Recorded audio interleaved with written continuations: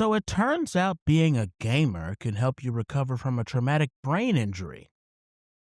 Well, it's another win for the nerds.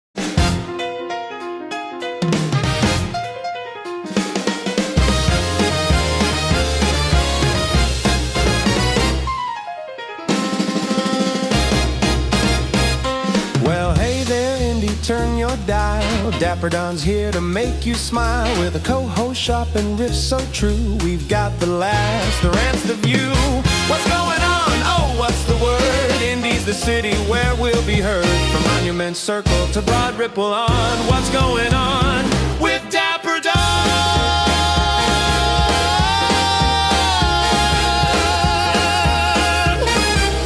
So grab your coffee, Hoosiers. Let's get to it, 'cause we're in the house! What's going on? It's Dapper Don, and I'm excited to welcome you all back. One of the most devastating things that can happen to anyone is a brain injury.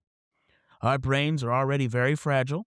Just one thing being even a little bit out of place can have drastic effects on a person's quality of life. Recovery from this, as you can imagine, has the potential to be a real pain in the ass. Our guest tonight knows that struggle all too well, and he's built a platform on not only the impact this had on his life and his mental health, but also put forth some interesting ideas to strengthen his recovery. Ideas that are nerdy enough to land right in my niche. Everybody welcome Nicholas Ruklevich to the show. Great to have you, Nicholas. Thank you very much, Don. I appreciate you having me. And awesome pronunciation of my last name. I can't even say pronunciation correctly. Good job. Yeah, don't. I had to do a little research to figure out. Okay, is this Rucklewicz? You know, it's like the Kim Basinger, Bassinger. That's Passenger, yeah. It's like Berenstein Bears or Bernstein Bears. There's Bernstein Bears. which Exactly, one are exactly. they? Yeah. Right. So, I mean, this is all completely off topic, but is that name like we talking? Is that Russian, German? It's Polish. It's a Polish name. Okay, Polish. Well, Yep. My father is 100% Polish. My mother was 50% Polish or 50% Armenian and Hungarian. So I'm a little bit of a mixture of all. Yep. Okay. All right. Now, I'm just gonna go ahead and jump in here. If you don't mind, tell me what happened on the day of your injury. So March 15th, 2016, on the Ides of March in Brain Injury Awareness Month, I impacted a wall. No one really knows what happened. Doesn't really matter what happened, but I had my motorcycle license for roughly about a year, and I rode with friends, but I just got a new bike, and I'm outside of DC, Northern Virginia, and we had snow like a week before, so I didn't want to take it on the main road, so I had a really rough separation and divorce the year before, so I was renting out my mom's basement, and so I had a storage unit, so that's where I stored my bike, and every day for the first week I got it, I'd ride her around the facility every night, and then my mom came home one day and said to my brother, my dogs were making noise, and asked for my brother where I was, and he said I have no idea, so they kind of started a telephone game trying to call around, finding out where I was. And one of the guys I know, he came to the site. They called the police. Nobody, the police said, I can't really do anything. I don't see anything wrong here. So the guy broke open the gate, and then the cop said, well, let me go in. That way it's not breaking and entering. And then 4 minutes later, the paramedics showed up. So that's a lot of stories. So the last time they saw me on camera was roughly 11:31 at night. And then the EMT showed up roughly about 11:20. So for about 4 hours, my body lied there. My goodness. Yeah, and Now, it was cold out too. So if they wouldn't have come, I would have probably died of shock. There's no way. I was about to say that's a massive open wound right there. Well, that's the other good thing, Don, is it wasn't So I only have one abrasion, which was right under my left eye. So I impacted a wall. I separated my pelvic Mhm. circle. I broke my sacroiliac. I crushed my left orbital. I had a mass concussion, right side brain bleed, subdural hematoma. So I would say just a little bit of trauma, but I had no, I would say my motorcycle leathers were $1,000 Band-Aid, so I had no abrasions, or I would have bled to death. There is no question. If I would have had any open wounds, I would have bled to death. That is not possible otherwise. So, and again, it all happened for great circumstance, but only so I impacted the wall. They took me. I'm very fortunate where I live. I live 10 minutes from a level one trauma center in Fairfax, Virginia. They took me by EMT right there. They obviously made sure I was stable. Going in there, I was wearing a helmet, otherwise I would have died instantly. They were worried about the bone piercing my brain. They took me right up into the trauma unit. They immediately did scans, and fortunately, the bone didn't pierce my brain. It just crushed, the orbital was crushed, and then there was a lot of internal bleeding where my pelvic was separated. I mean, I shredded my pelvis. So again, no cuts, or I would have. There is no question. I would have been gone. So, So yeah, a good yeah. chunk of it was a rupturing of the internal, and yeah, if that was exposed, we definitely would be having a different conversation. Yep, yep. So, injury happened. I went there. I didn't actually have to have brain surgery. Fortunately, the swelling did, it was under control and the bleeding was under control. So they didn't have to do any additional surgery on my skull. They did have to repair my eye socket. I always say that movie Face Off's full of crap because they had to pull down my face and yeah, Jesus Christ. ear to ear, man, ear to ear. And they Why pulled did the you whole have thing to down reference Face Off? because it's a movie Space Sauce full of shit, man. Yeah, it doesn't work like that. I'm speak from experience, but they are also, so every brain injury is different. So mine was a right side brain injury, and right side brain injury is a lot of that is your cognitive function, the way you see, your compulsivity, your problem solving. Well, I'm a 35-year-old male at the time, and nothing, I had to be tied into the bed because I couldn't stand up because I was non-weight bearing for 12 weeks with separated pelvis. And then they had to tie my hands down, because when they didn't tie my hands down, I started pulling the staples out of my head. And then, because guess what? It's probably really itchy. I tried to pull the intubator out. And then the one day they didn't tie me down into bed, I ended up standing up and walking over to the corner and urinating on the floor. But I ended up breaking the sutures in my pelvis, so they had to go back in there and put a plate in. So I have like a chainmail, a chain plate in the bottom of my pelvis holding me together. So I'm like a wishbone that'll never break now. I'm So glad you have a good yeah. sense of humor about this.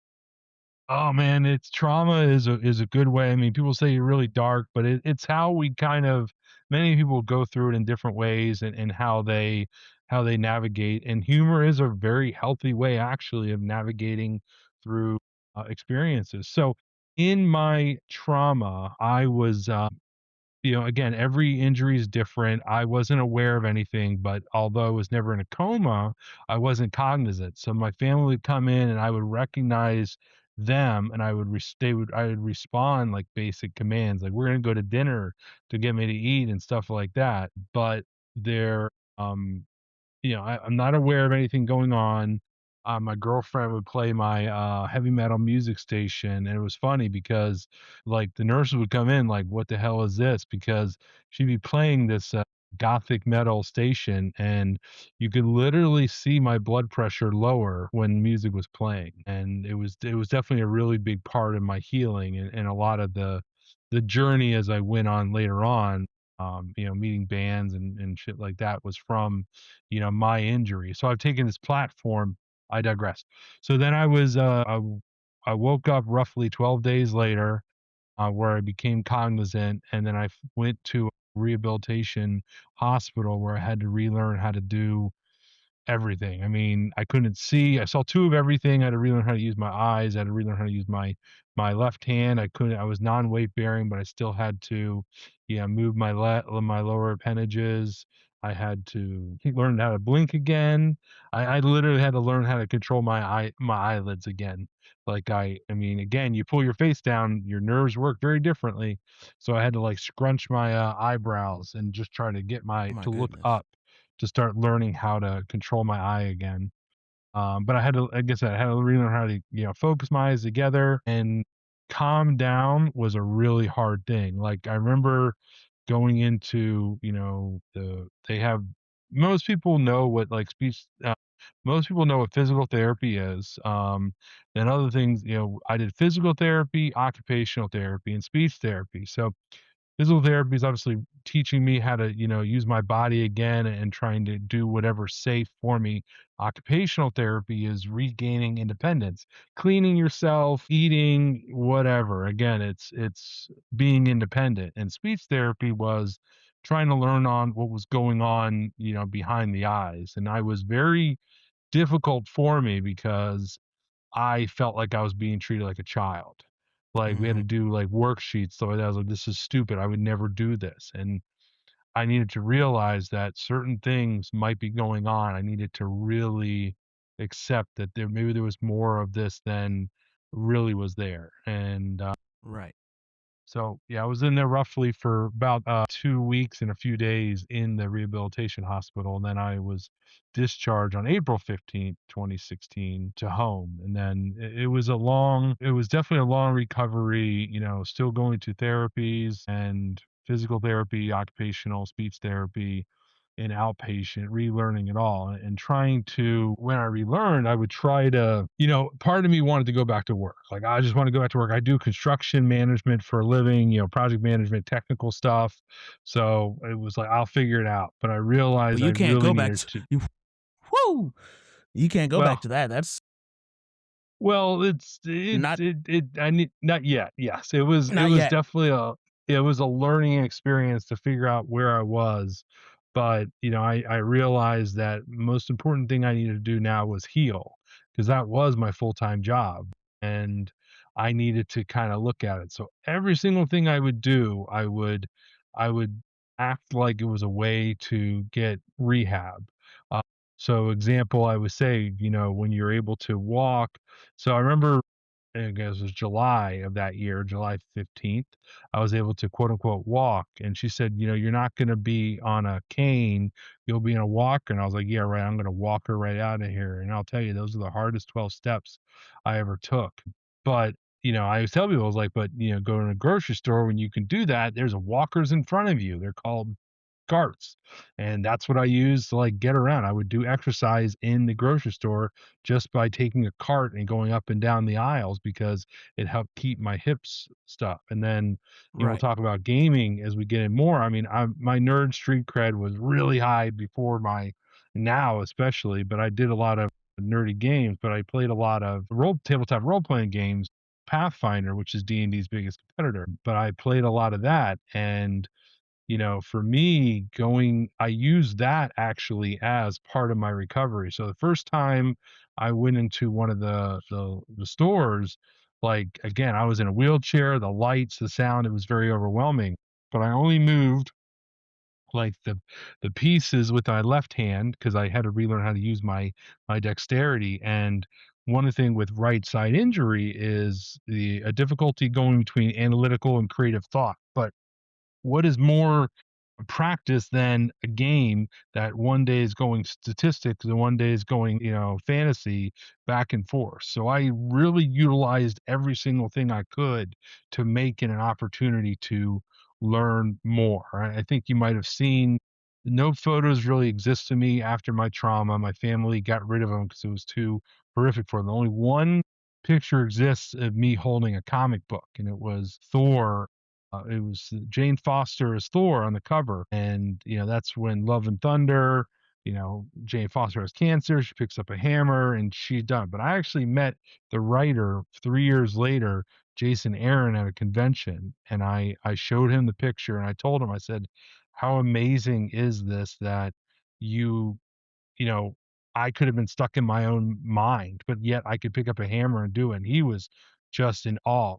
And, he picked up the comic that I said, is it by the power of, Almighty Nicholas, by the power of Odin be upon you.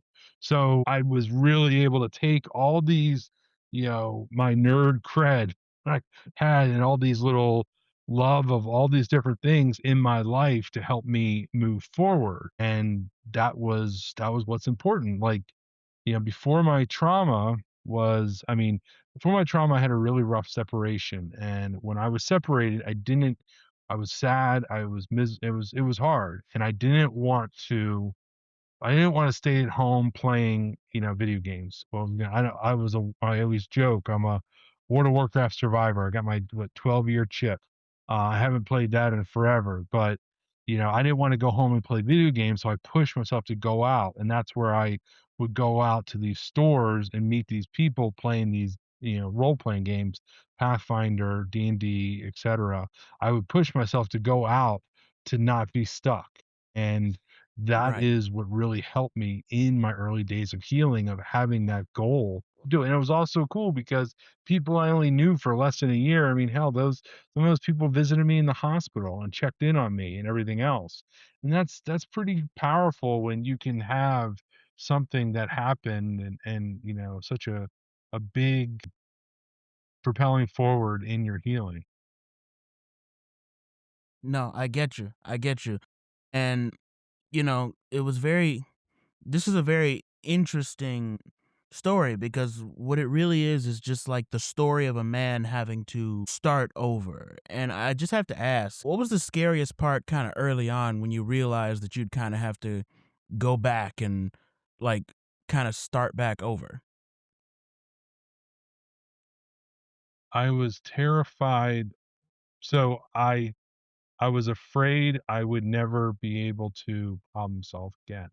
My biggest strength, again, I'm a project manager and I'm a big problem solver, but when that was taken away from me, that was terrifying. So not being able to think for myself and problem solve was, I mean, it still scares me to this day, 10 years and 2 months post injury.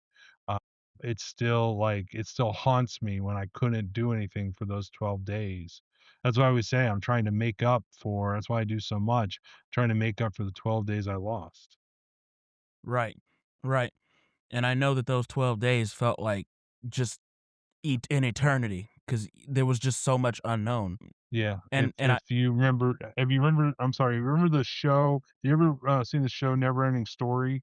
They had the nothing yes. was the big enemy, the nothing, and that's what it was. It was just it's a darkness that's out there that's just all encompassing, but it's out there, and it's an Mm, eerie, scary, it's the quietest thing you'll ever hear, and it's the it is gentle, it is quiet, and it is dark, but it's also the most terrifying thing in the world because that's what I felt my brain was stuck in that darkness. And music was a big savior of me and the bands and the music I listened to.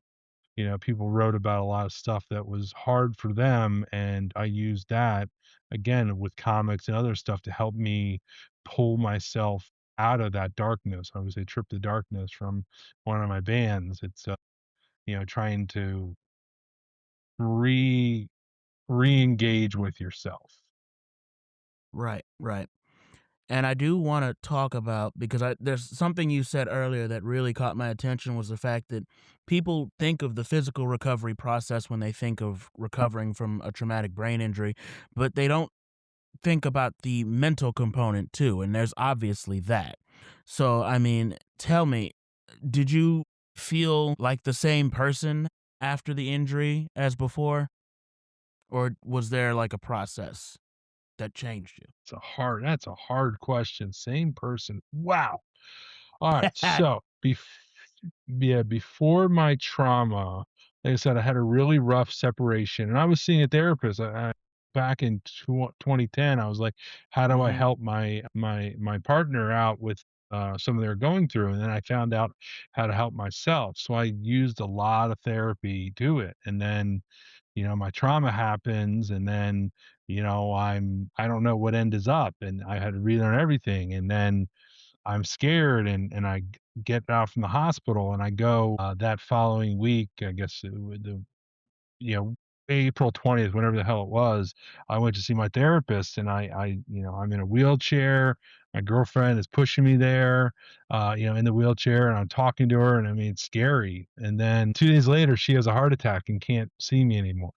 So I had the rug pull out from under me twice, and I didn't know how I was gonna do it. Like, I mean, I was in a panic, like, "How am I gonna go through?" And I remember telling myself, I was like, she taught you a lot, and she taught you to help stand up where you are, and you can get through this." And I would have to tell myself that I could do this. So I remember trying to look for a new therapist, and I went on one of the websites, and here's 5 different therapists that accept your insurance and that do cognitive behavioral therapy, CBT, and emailed 5 of 2 of them didn't respond to me. 2 of them said they're not seeing patients, and one of them said, "I can see you, but I only see people during, like, normal working hours." And I said, "My mental health is the most important thing I need," and I did. And I still see her today. I mean, that's after almost 10 years I've seen her, because it was July when I first started seeing her in 2016. So it's definitely been, so the scariest thing is, how am I going to get whatever normal is, and how am I going to be okay with myself when you don't know what end is up? Right. 'Cause I mean, it's every injury is different, and every brain injury is very different. And what happened to me someone could have a very different, healing from it. And I knew, for me personally, I wanted to do what I could to not only heal, but also to help others, because I didn't have a lot of value with my own self, with my own self-esteem and self-worth. So I wanted to say thank you to all the people that helped me. So I wanted to do this and help others in it. And that led me to a lot of different opportunities for me, and we'll talk about that forever. But I mean, that was a big thing with gaming for me, because I really, when I went into the games, it was very uncomfortable when I first went back in the stores. Again, it's loud, it's noisy, everything else. People were staring at me because, dude, I mean, my head was shaved, and I have a scar line from ear to ear. It looked awful. And but felt like I was accepted there. I felt like I was spoken to like a person. So for me, one of the biggest, goals when I do gaming and stuff is I want people to feel comfortable with themselves. So that is what my injury gave me. It gave me ability to That's why I have the little nomenclature, gift of perspective. I have a way Right. of looking things very differently, and I can make sure others see that they're safe and they're comfortable with me, because I can't tell someone what they're going through, but I can only tell them what happened to me, and I can just tell them that I'll be there. And I'm always honest. When I'm there, I will be there for someone, because I was very fortunate in so many different circumstances, and not everybody has that. And you know, when you go to a game, especially in this hard world we have, people are judged, or people are having a tough time, but being able to give them that environment to be safe and explore themselves is really powerful. And that is a very powerful thing I can do. And yeah, so it's been a lot. Yeah. I can imagine. I can imagine. And you've come through it wonderfully. But I do have to I kind of am curious. What's something that you noticed that people got wrong about recovering from traumatic brain injuries, and just the whole concept of it in general? Many people feel that, oh, they might have memory loss, or so I have no memory of my trauma. Like I Mhm. said, it was like 12 days gone, and I think it's my brain protecting me. Or people say, "Oh, you forget things," or I had some, POSs say, "Oh, you're really slow." I was like, "Oh, really?" Like, Oh, so jeez. the thing that people will say is a couple things that happen in an injury, and a brain injury as well.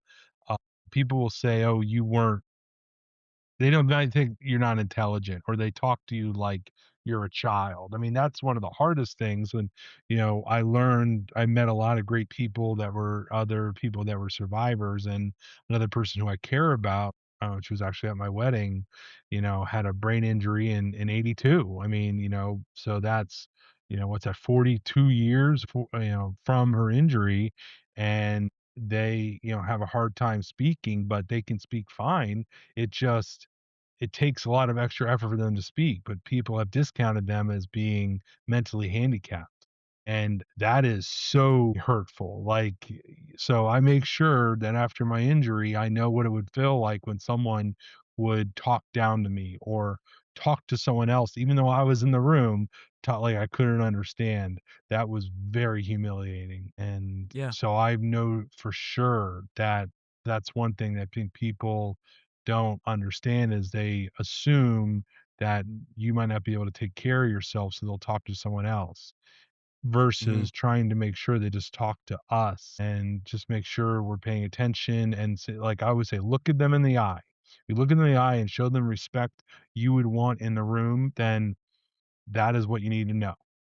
Doesn't matter with Yep. their injury or anything else. If you talk to them like a person, don't try to talk fast. Don't do just look at them straight in the eye and speak because many people can understand what you're saying because they can see your lips move and other stuff and give them the second to listen to you because when you talk or turn your head down or just ignore them, that is a slap in the face because we don't know how much effort some people it takes to slow down and try to take in what you're trying to say. And Right. that is, there's something I've learned it's called it's like how many spoons do you have? And every single thing you do in the world, cleaning yourself, showering, cooking, one spoon, two spoons, three spoons, whatever.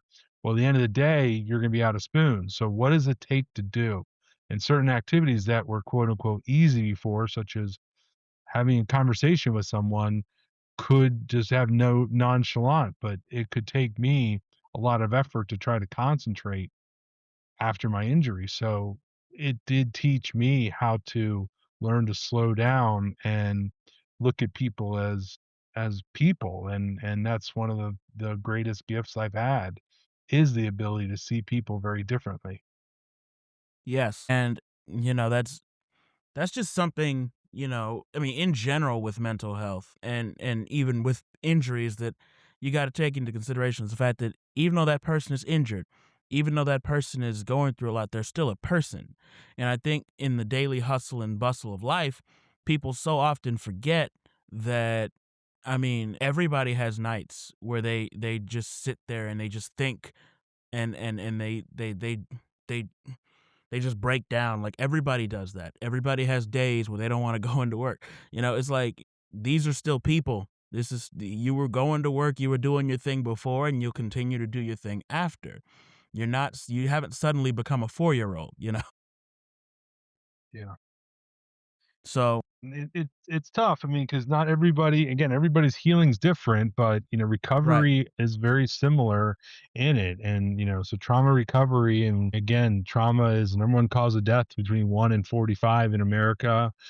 I think probably more across the world too. I don't actually know. I only know United States standards, and it affects a lot more people than we know. And the world can be pulled out from under you when because someone and I wasn't drinking or anything else. I mean, it was a random, who knows what happened? Doesn't really matter. It just happened, and there's other people I know. I mean, there's someone I'm friends with, and I met them through the band and they were in a terrible car crash. And fortunately, they were okay, but they really hurt themselves and were in hospital a few days with busted up parts and stuff like that. And it could have been a lot worse. And one of the things I spoke to them about is, well, well, things look a little differently now. A lot of things just don't seem to bother anymore, and that's something that I had to learn and understand. That's why people would say, "Oh, nothing bothers you." Well, nothing's bothering me a lot.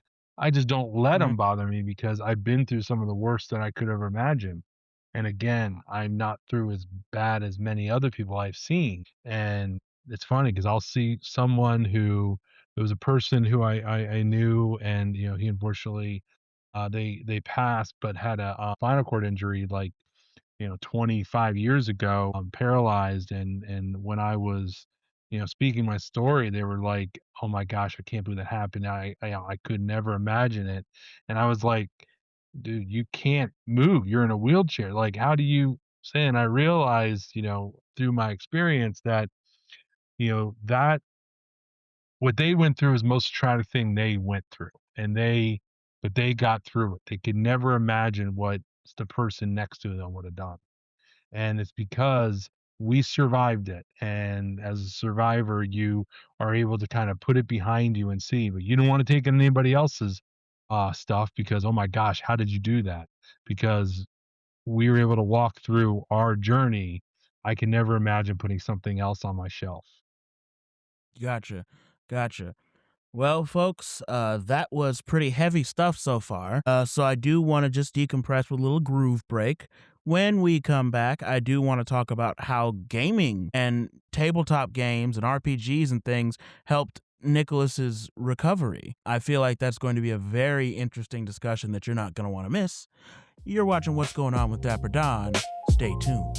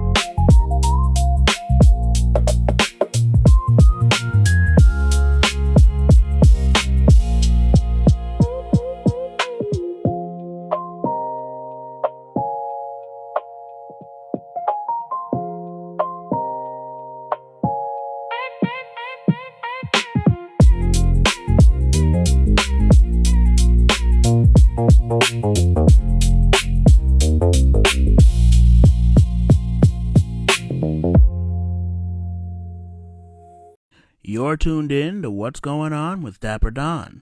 Don't touch that dial.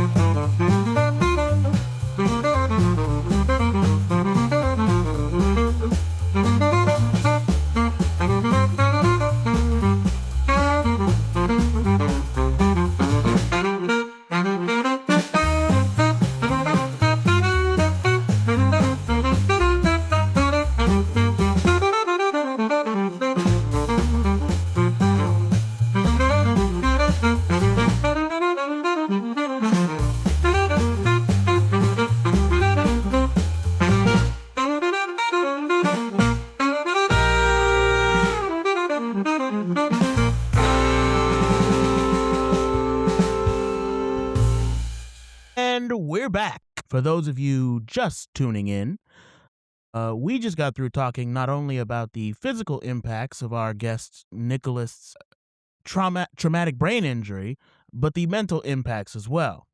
But now I want to touch on something interesting because my nerd antenna shot up when you mentioned this, Nick. So, firstly, when you started using games to aid in this process, this recovery process, What games did you find helped the most? So I always say my nerd street cred is really high. So I played the biggest competitor to world's oldest role playing game, Dungeons and Dragons Pathfinder. That's a fantasy Mhm. based D20 game. So I played a lot and I would run games. And I remember in my recovery, in the hospital, it took me a while till I can learn. I had to rework my eyes to read again, but I was excited to try to dive back into the story again, trying to it was again difficult to read just because of how my vision was. But I would really want to try to be creative with it and utilize a game to help me, you know, reconnect my mind as well as connect with friends. And every injury is different, but they're all very isolating as well. And when you're trapped in the hospital for a month and then trapped at home, I mean, so when I was left the hospital, I left in a wheelchair. I was non-weight bearing. Like I said, I had a rough separation divorce a year before.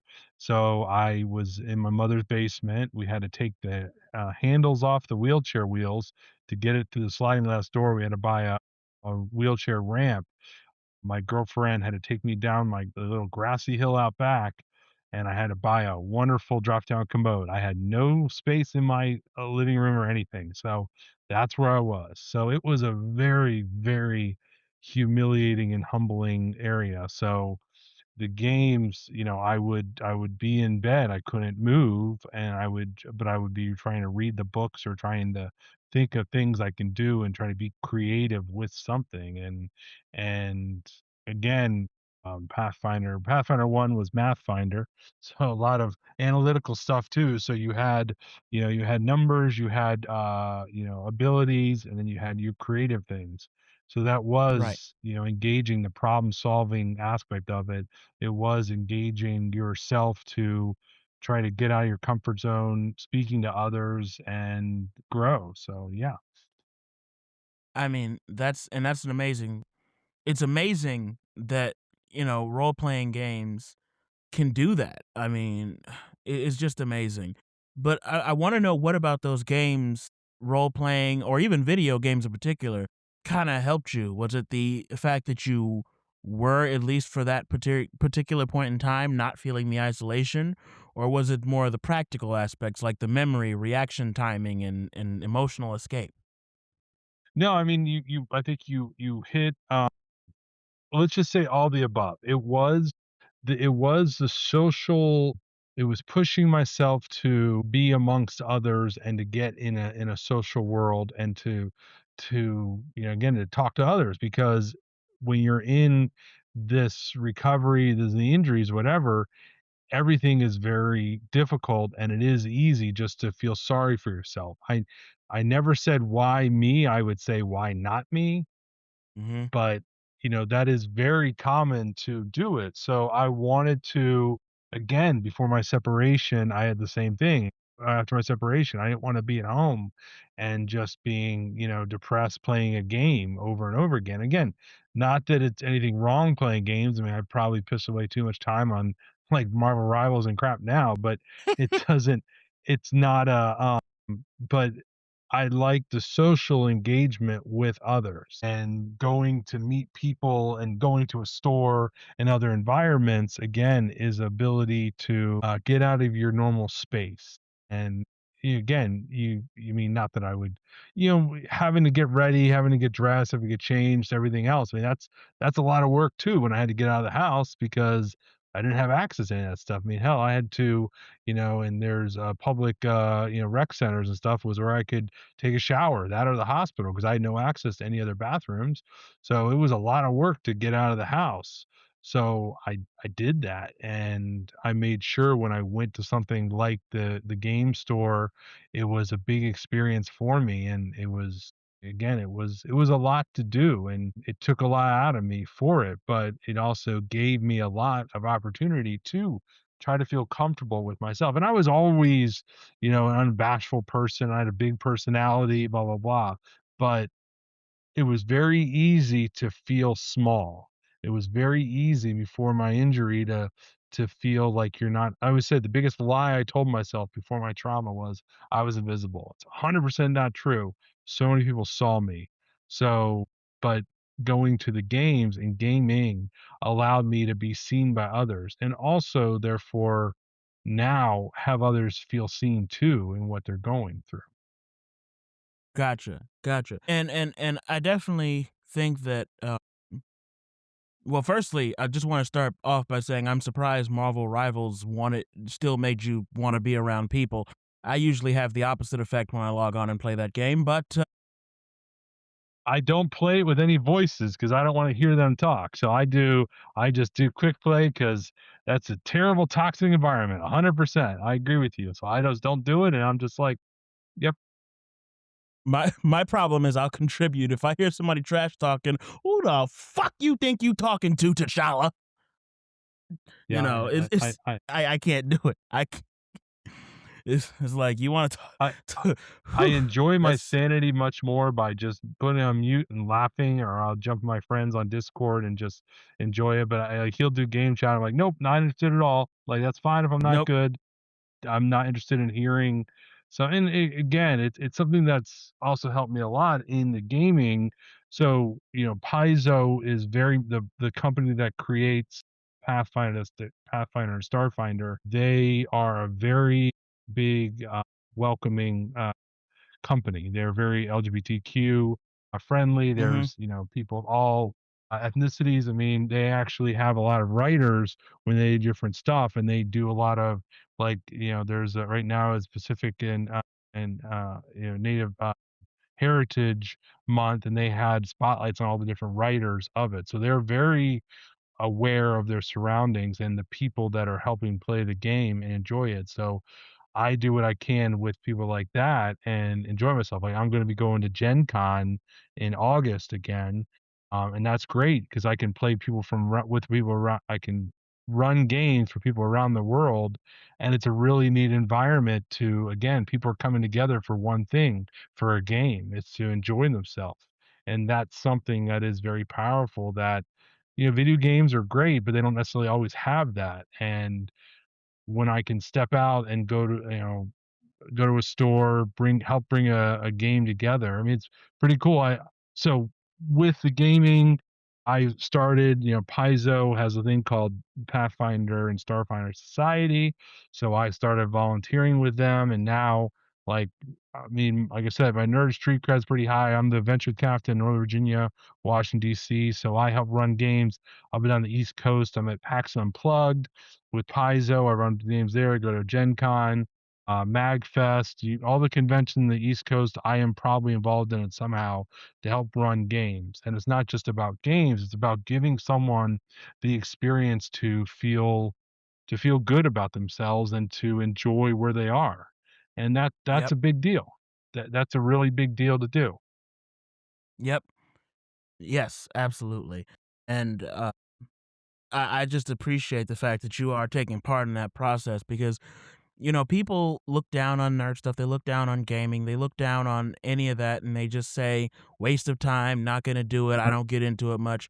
I mean, Jesus, it's what is it? Every other person. You could be on a dating app or at an event, and they're just like, "Well, I'm not really into anything. I don't do video games." It's like, okay, so I mean, but video games have and Pathfinder, D&D, all of these games have such a powerful way to bring people together without any weird expectations, without any ambiguity. It's just we're coming to play this game together and we're going to dive into the story.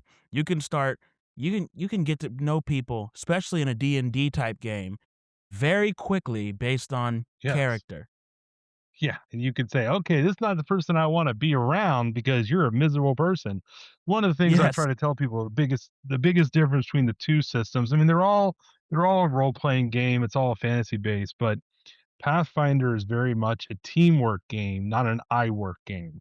So you need to work together as a team, or otherwise you will not do it. It's not about, "Well, I wanna do this," like, and so when I'm essentially so when I'm a GM, because DM is trademarked, so I GM Mhm. for others, game master, so I run, games for people. I'm a storyteller for them, and I help. I help create the scene, and my players are the ones that are the thing there. I'm supposed to help guide them on their way, and here's the story to kind of come together and do this, and it's up to them to make those decisions. And me as a player or as a GM, I encourage players to do cool things because there's a handful of reasons. One, I want people to go home and say, I had a great time. That guy, I had a good time with each other, have a good story to say. Because when people laugh and enjoy themselves, they're going to come back and play. And I also try to make players as good as I can get them because as the game progresses, I want to be able to give them bigger challenges. Just like my trauma and everything else, we don't grow unless we're in challenges. That's just how life works. So giving people to be comfortable with each other and doing it is what's important. So, I was able to take this terrible trauma, terrible whatever you want to call it, and I'd be like, okay, great. Now I'm going to stand up in front of everybody and say, yeah, I might be this, big, nerd dude, everything else, but I'm also have a lot of mental health issues. I have had a lot of struggles with this, but I'm now able to help bring people together in a good environment. And the nice thing is, when we speak to someone honestly about it, I can't tell you how many people have talked to me after about how much gaming has helped them feel like they have a group of people that they feel that they are connected to people.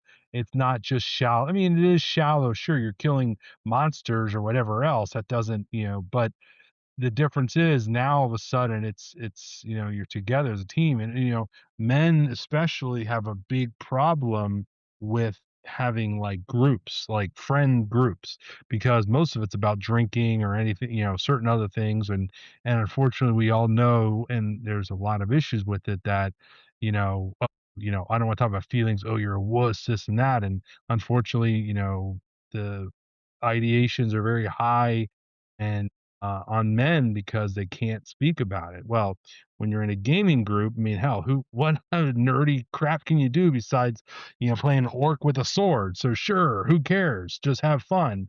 But you give people the ability to laugh at themselves are doing. And that's one of the things like I always say, just, always people that want to, why do you want to cheat in a game that's all make believe anyhow? Like, just, what? Own up if your character rolls like crap and just do it.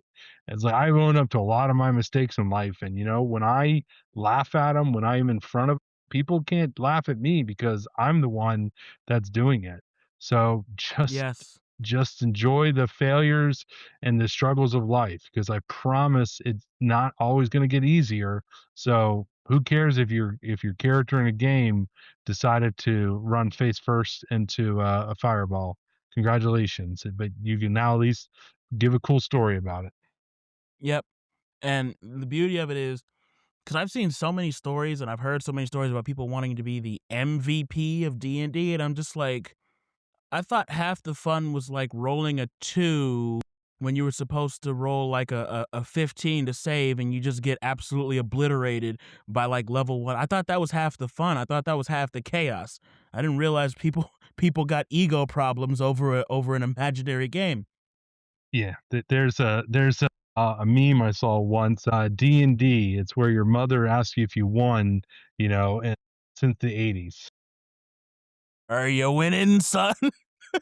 Nope, it's just no, it's, and that's the nice thing, and again, it's nice to go into a place and I mean, I can be a very intimidating male. I mean, I'm a big dude. I have a beard and, I have a deep voice, blah, blah, blah, but, you know, I'm I'm at a table and I'm helping encourage people to play their characters, and I've played with, you know, um parents and their teenager and their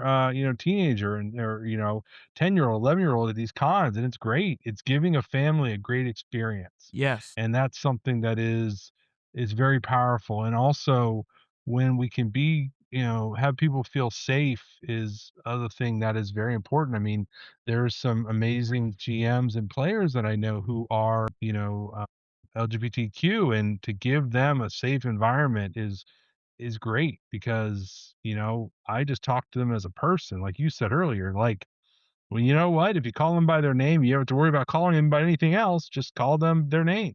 And when you do Yes. that, it tends to you gave them the dignity that you would want to do. So guess what? Congratulations. So, and I joke, and it's not really a joke, it's true. But I mean, I say I'm a straight white male, guys. If anybody can do it, I can. So I know that I have a lot of I've struggled a lot in a lot of different stuff in my life, and that's fine. But I'm also able to go through it, and I don't take what happened to me for granted. And I'm willing to humble myself to learn more and to accept that, I can make it a little bit better. And if it's at a gaming table to make it better, again, if I can give someone the ability to laugh and have fun and feel like a person instead of whatever else someone wants to label them, that's a win. I mean, that's a big damn win if I made someone feel like, "Oh, crap, I can be myself." And that's the important thing about a role-playing game. I mean, you can role play a character you want. Also, you can be comfortable with yourself, and that's, in the end of the day, Yes. is what's important about games, is being comfortable with yourself. Yes. I have to say though, you admitting that you're a straight white man on this show is one of the most shocking. That's the most shocking thing you've said this entire conversation. I don't know. I might have to edit that one out. That's not gonna go over well on Twitter, or X as they call it. But yeah, I'm not on I that do want crap to. either. Well, oh boy, a straight white man who's not on X. Ugh, I'm really gonna. There's so much editing I'm gonna have to do to get that because people are gonna get me. They're gonna get me. But I want to talk about your. I want to talk about your platform because I noticed that you are very candid and very open with your experiences. You're very brave in that regard, bold even.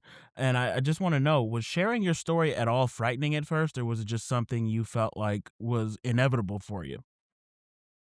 So, I volunteer with a lot of different organizations. One of the national organization now, actually global, is traumasurvivorsnetwork.org. But we are actually in trauma units across, like I said, the United States, started in Fairfax and now it's across United States, Canada, and Australia. But, it was not active when I was in my trauma happened.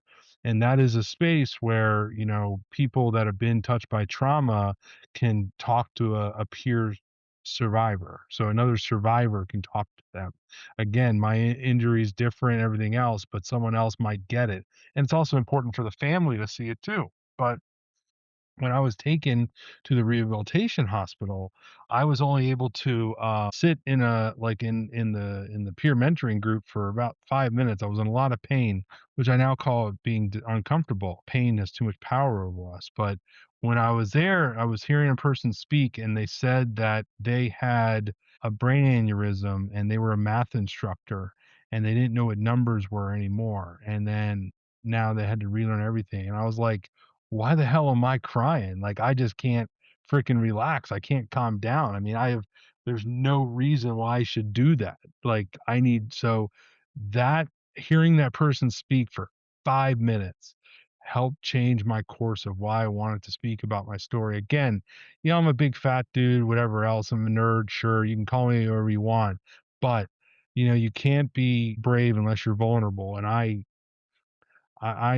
know I have a lot of yeah, I know I have a lot of guts and, balls, whatever you want to call it, to stand up in front of everybody and be like, yeah, I had this, but this is my failures and this is what made me stronger from those failures and those struggles. And that's important. And then, again, I was able to take this platform, and hell, a band I liked when I was 20, 24 years old, like, their music was really important in my healing. And I reached out to the band after my trauma and told them all about it. They were very fascinated. And now, I mean, who the hell can say that they're friends with a band that they knew, 15 years ago before their Right. injury?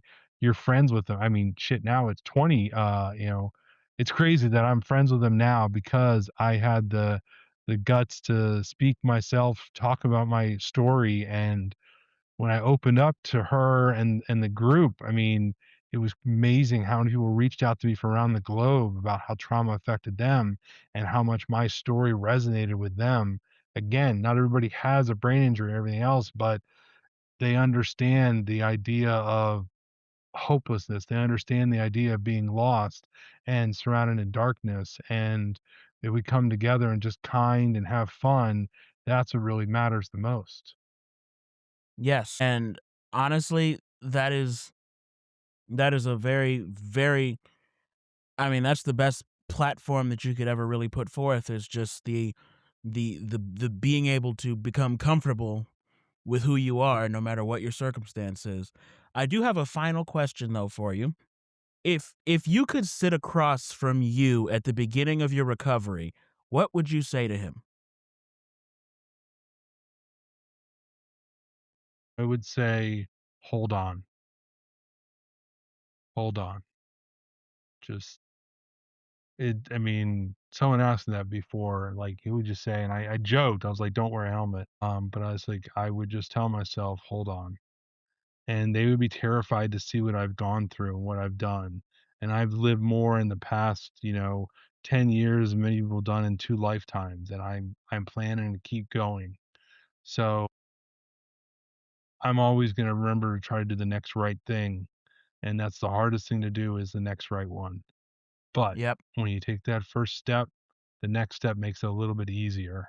And then all of a sudden you're like, holy crap, that was 10 years ago. Look where I am now. And I'm not planning on stopping anytime soon.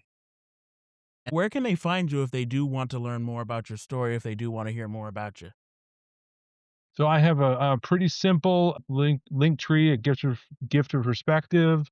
Um, there I have different links for my webinars, my interviews with Christina Musician, my different articles.